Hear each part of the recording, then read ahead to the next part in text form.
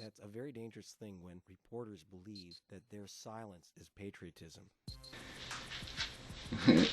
First off, it seems the writer's strike has some far-reaching consequences. Pentagon reached back 40 odd years and dusted off an old script. Can you say Gulf of Tonkin? Plastic boats versus huge steel warships?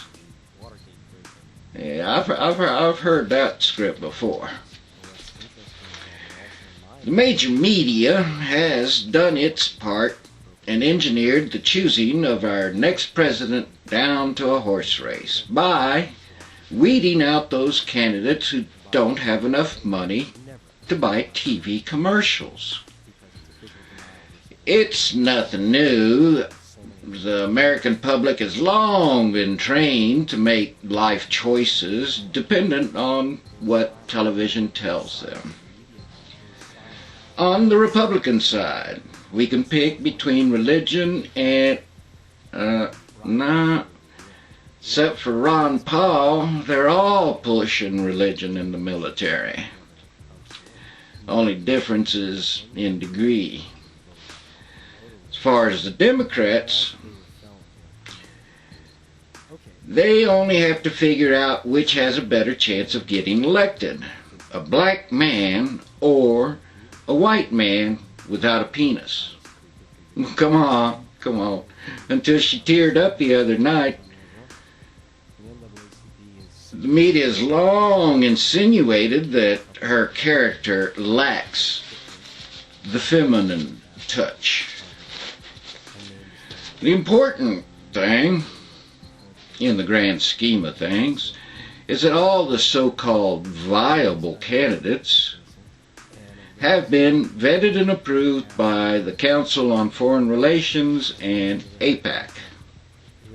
Speaking of which, the Shrub has been visiting Israel, first time in his presidency, where killing Palestinians in Gaza because they shoot rockets, well, destroy a lot of sand mostly, but now also includes the killing of Palestinians in the West Bank, where Olmert is going to assure the Shrub that he'll dismantle settlement outposts in the occupied territories, even as other settlements and areas of Jerusalem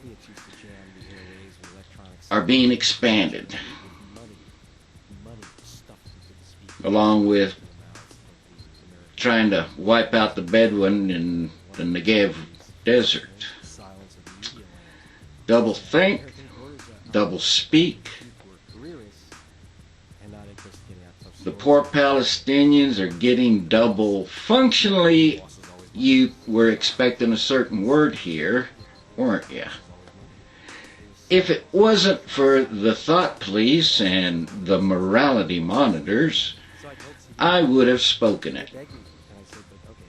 While I rarely resort to profane language, certain aspects of our modern world cry out for attention by almost any means possible. No force or farce intended. As our overlords divide us and keep us distracted, successfully directing our energy on the wrong issues, they came for the poor,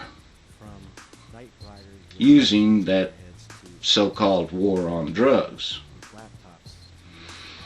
Then they came for the Muslims, using the self-inflicted wound of 9/11 as the excuse.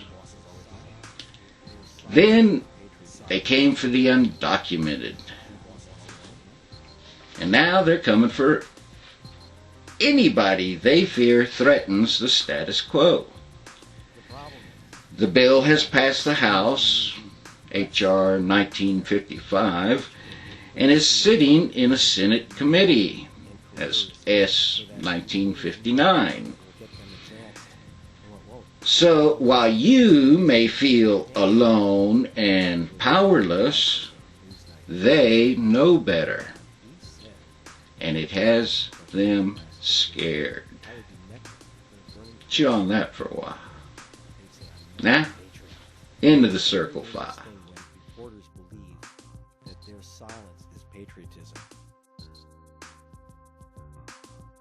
Their silence is patriotism. Their silence is patriotism. Their silence is patriotism. Their silence is patriotism. Their silence is patriotism. Their silence is patriotism. Their silence is patriotism. Their silence is patriotism. And the boss is always money.